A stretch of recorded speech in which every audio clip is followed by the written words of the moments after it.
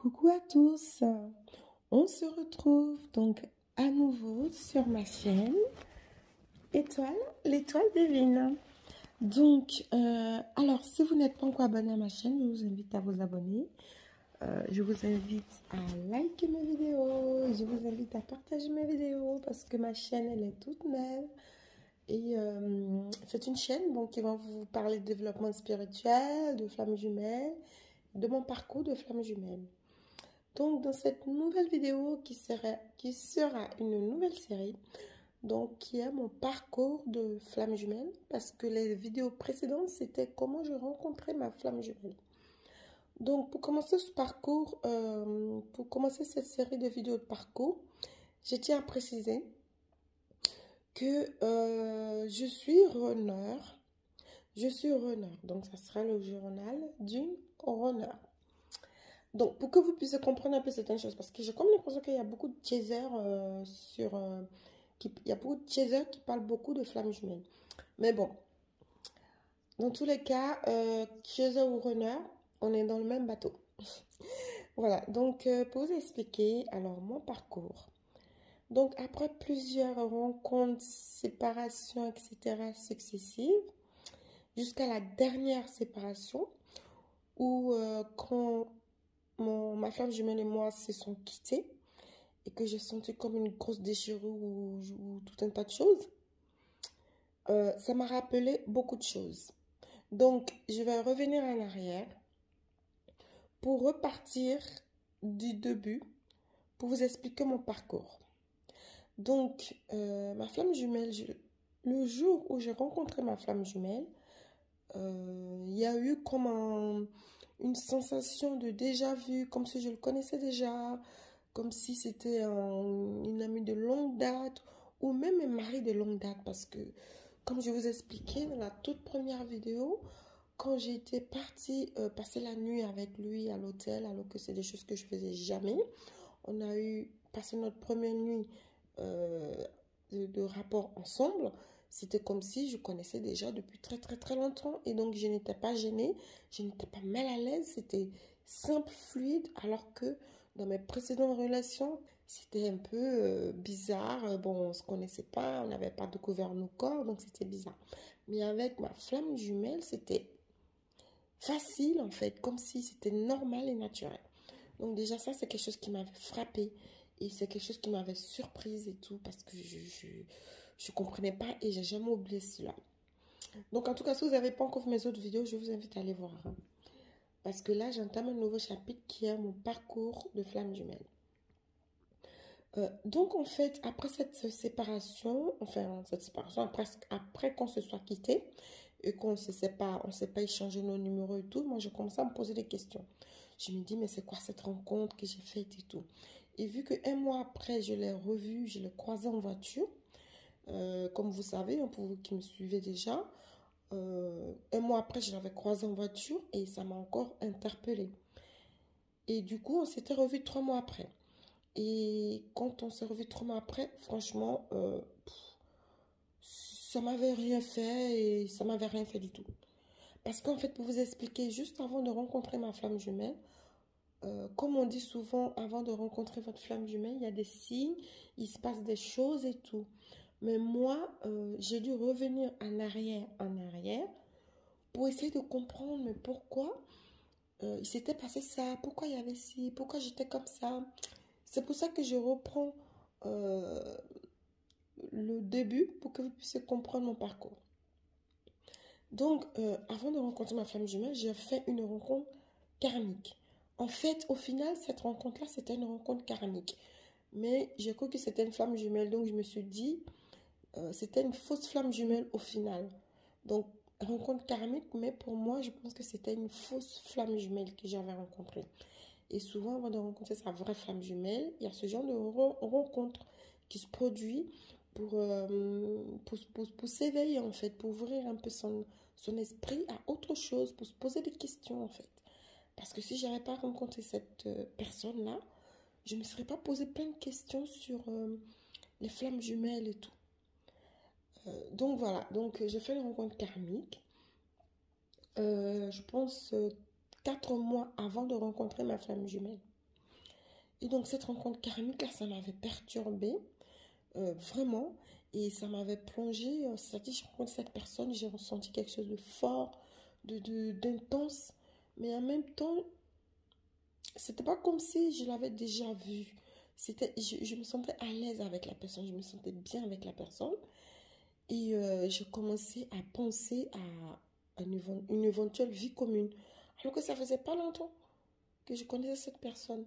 Et donc, et comme je sortais d'une relation difficile de 12 ans, et la séparation s'était très mal passée, donc c'était compliqué. Et du coup, bah, quand je l'ai rencontré, enfin, je me sens amoureuse, je me sens bien, mais j'étais dans une sorte d'illusion que je ne comprenais pas. Et donc, du coup, je commençais à vraiment me focaliser sur cette personne-là. Je pensais tout le temps à elle et je voulais la voir. Et cette personne aussi a pris peur parce qu'elle ne comprenait pas un peu mon acharnement sur elle. Parce que ça faisait longtemps que je n'avais pas senti ce genre de sentiment. Vu que j'étais en couple, que ça passait mal dans mon couple, que j'aimais plus du tout la personne avec qui j'étais, je voulais me séparer. Mais je voulais quand même continuer à sauver mon couple, mais ça ne marchait pas. Du coup, celui-ci, c'était comme un genre de coup de foudre et c'était compliqué. Donc, j'ai commencé à me poser des questions. J'en ai souffert vraiment. C'est là que je me dis que une relation de flamme jumelle, c'est pas une relation destructive parce que la personne ne te fait pas souffrir. Et moi, dans cette relation de fausse flamme jumelle, la personne me faisait vraiment souffrir. La personne me disait des choses pour me faire mal, tout simplement. C'était pas gentil en fait. La personne n'était pas bienveillante. Et sauf que moi, j'avais qu'une envie, c'était d'être avec elle. Donc c'était trop compliqué. Et je commençais à me poser plein de questions. Je commençais à regarder sur Internet pour savoir qu'est-ce qui se passe et tout. Et en fait, pendant ce temps-là, c'est là que j'ai rencontré ma flamme jumelle. Quand cette personne-là, j'ai revu cette personne-là. Et quand je l'avais revue, elle m'a dit, moi j'ai déjà quelqu'un de toute façon. Enfin, elle me l'avait déjà dit qu'elle avait quelqu'un le premier soir où je l'ai rencontré. J'avais vu une photo d'une fille sur son téléphone quand il voulait prendre mon numéro de téléphone. Pour vous dire, c'était ça encore la différence parce que lui, quand j'ai rencontré, il fallait absolument qu'on s'échange de numéro de téléphone pour pas se perdre de vue en fait. Donc du coup, quand il voulait prendre mon numéro de téléphone, j'avais une photo de femme et je lui ai dit, mais c'est ta copine? Il était gêné au final, il m'a dit, oui, c'est ma copine. Donc du coup, bah ok, bah d'accord. Mais bon, ce soir-là, j'étais bien avec lui, j'en étais attirée et tout. Donc, moi, je me suis dit, bah, allez, je m'en vais. C'était la fin de la soirée, en fait, qu'on s'était rencontrés. Il voulait à tout prix qu'il se passe quelque chose entre nous, donc on s'était rapprochés dans la soirée. Et quand je suis partie, j'ai pris ma voiture, je suis partie. 10 minutes après, il m'a envoyé un message parce que j'avais 45 minutes de route, j'habitais encore à mon ancienne maison. Donc, il m'a envoyé un message pour me dire, rejoins-moi chez moi. Je t'attends, j'aimerais bien que tu me rejoignes. Et moi, je ne voulais pas. Donc, je ne voulais pas le rejoindre. Donc, du coup, on s'est appelé et je l'ai quand même, jusqu'à aller chez lui. Donc, du coup, on a parlé et tout. Pour moi, c'était un peu comme si c'était une sorte de flamme jumelle. Mais on n'avait pas vraiment eu de rapport, des choses comme ça, mais on a eu des rapprochements. Et du coup, le lendemain, je suis rentrée chez moi. Et je me suis dit, c'est bizarre et tout, il est trop beau, il est trop haut. Et je voulais forcément me mettre en relation avec lui. Donc j'ai un peu forcé. Et plus il me fuyait, plus moi je m'approchais. Et je me suis lancée dans une sorte d'illusion amoureuse. Et du coup, j'ai commencé à me poser plein de questions sur Internet. Je n'ai pas là. Plein de gens. J'ai commencé à regarder les voyances. J'ai regardé les voyances sur Internet, YouTube. Je posais des questions. Est-ce qu'avec lui, ça va durer? C'est cela. Mais je commençais à me perturber. Donc du coup, ça m'a vraiment perturbée. Et je me suis dit, c'est trop bizarre. Donc j'ai commencé à regarder le développement spirituel. Et j'ai vu qu'il y avait des rencontres karmiques et tout. Et à un moment donné, il m'a dit, bah écoute, toi et moi, il se passera pas, ça n'ira pas plus loin parce que moi j'ai ma copine, on est loin. Donc du coup, il m'a carrément tout avoué. C'est-à-dire qu'il était, sa copine et lui, ils vivaient une relation à distance. Donc, comme il ne se voyait pas tout le temps, lui, de temps en temps, il rencontrait des personnes pour passer du temps. Sauf qu'il est tombé sur moi et lui-même, il s'est accroché à moi. Parce que quand il m'a dit ça, je ne sais pas ce qui s'est passé, mais j'ai complètement lâché prise et je ne voulais plus entendre parler de lui. Et c'est un mois ou 2 mois après que j'ai rencontré ma flamme jumelle. Donc lui, pendant ce temps-là, il m'envoyait des messages pour qu'on puisse se voir et tout. Je ne voulais pas. Il trouvait des astuces, mais je ne voulais toujours pas. Donc du coup, quand j'ai rencontré ma flamme jumelle, bon, de toute façon, pour moi, j'avais déjà rencontré une flamme jumelle et que je voulais juste m'amuser et c'est tout. En attendant que ma flamme jumelle et moi, les choses se passent mieux. Mais c'était une fausse flamme jumelle, c'était pas une vraie flamme jumelle. C'était une fausse flamme jumelle. Donc du coup, je focalisais sur lui. J'en ai souffert parce qu'il me faisait souffrir quand je lui disais des choses. Il me disait carrément, mais ça sert à rien que tu me cours après. Toi et moi, c'est mort, c'est fini. Je ne veux même pas entendre parler de toi, fais ta vie et tout. Mais arrête de m'appeler, arrête de m'envoyer des messages. Et quand j'arrête de lui envoyer des messages, c'est lui qui m'envoie des messages. Mais en fait, tu me manques au final. Tu me manques énormément. Je pense tout le temps à toi. Je veux qu'on se voit. Et donc, c'était du chaud et froid avec lui tout le temps. C'est après que je comprends que c'était une fausse flamme jumelle. Parce que les flammes jumelles, ça ne fait pas souffrir autant. Ça peut être bizarre, ça peut être inquiétant. Mais la personne ne te fait pas souffrir. C'est quand toi, tu découvres tes blessures, qu'à ce moment-là, tu entames ton parcours et que ça devient difficile, mais la personne ne te fait pas souffrir. Et donc, ça s'était passé comme ça avec cette personne-là. Je me suis dit, à un moment donné, je vais laisser tomber et j'ai rencontré une âme sœur. Donc, j'avais déjà rencontré ma flamme jumelle quand j'ai rencontré l'âme sœur. Et l'âme sœur, je l'ai rencontrée, comment dire, un mois après que j'ai revu ma flamme jumelle. Un mois avant que j'ai rencontré je me mélange.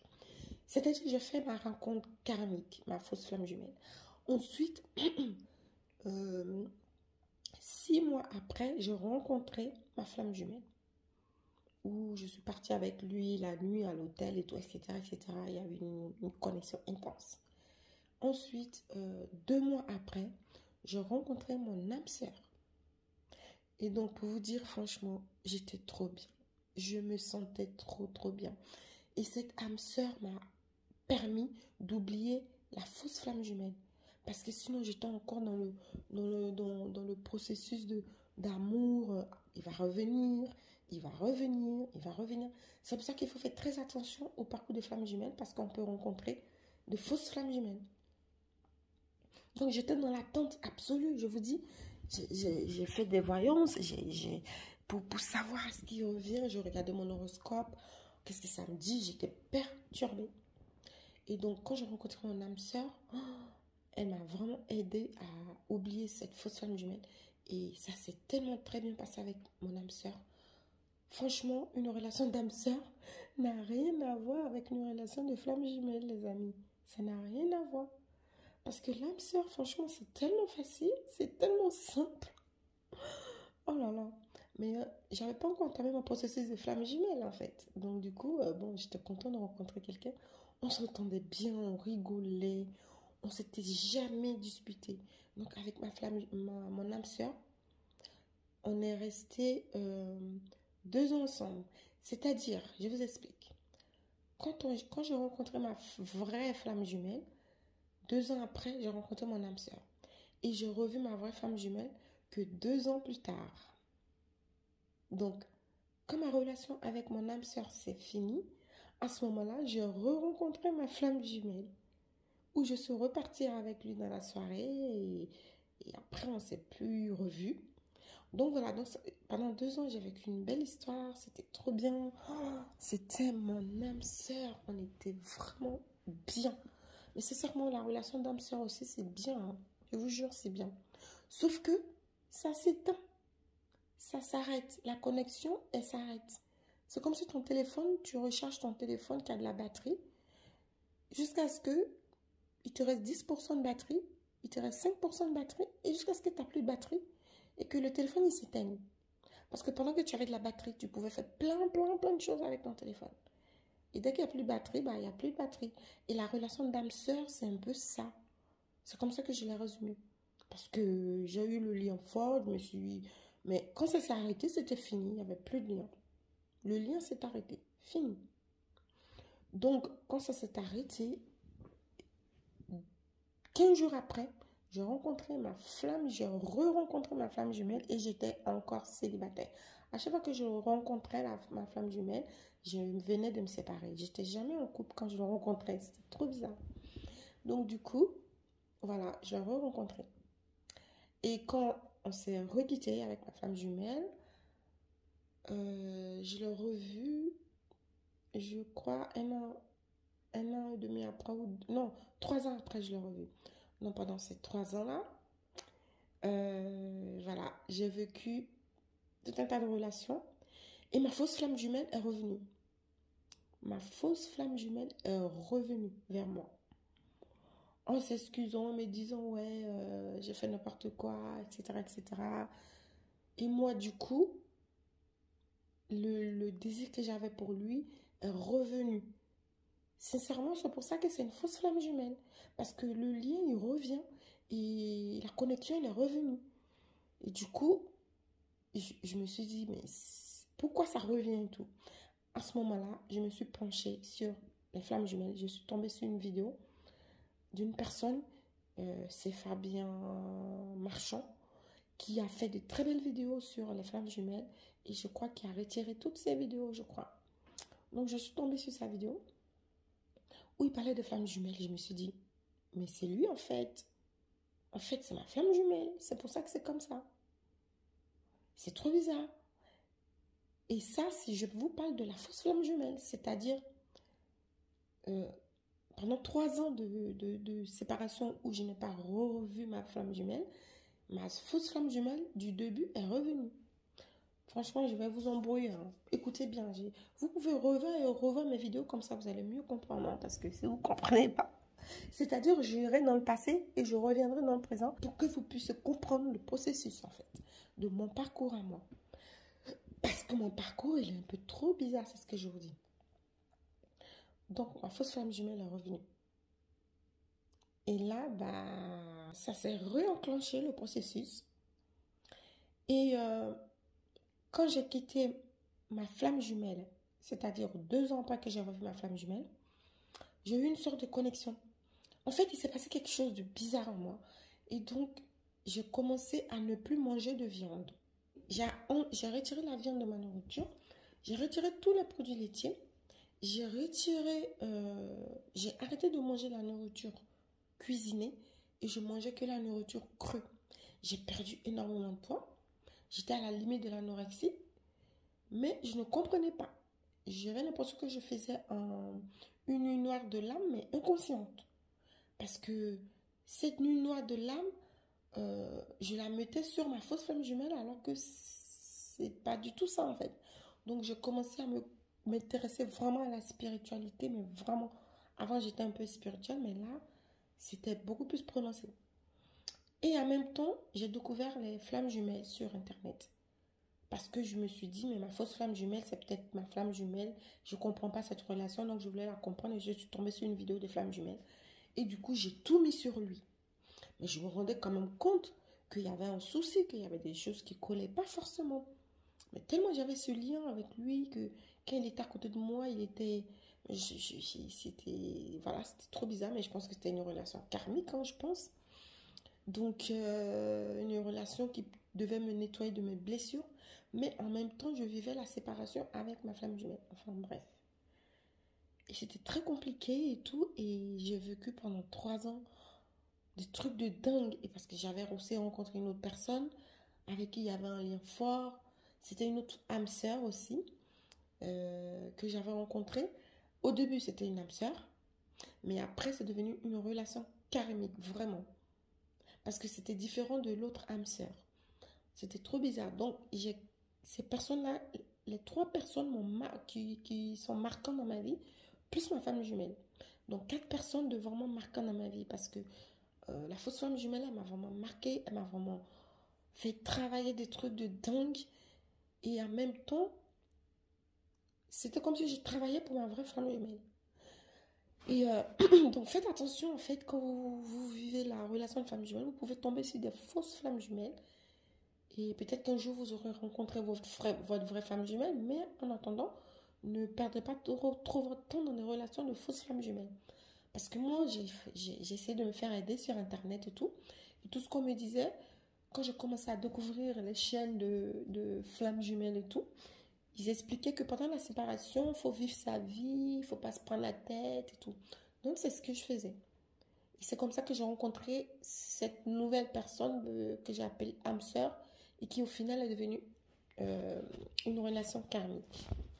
Donc voilà la première partie de mon parcours de flamme jumelle.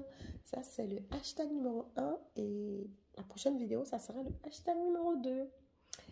Je vous dis à très vite. Merci d'avoir écouté ma vidéo. N'oubliez pas de mettre un pouce, de laisser un commentaire, expliquer votre expérience également. Et je vous dis à très vite.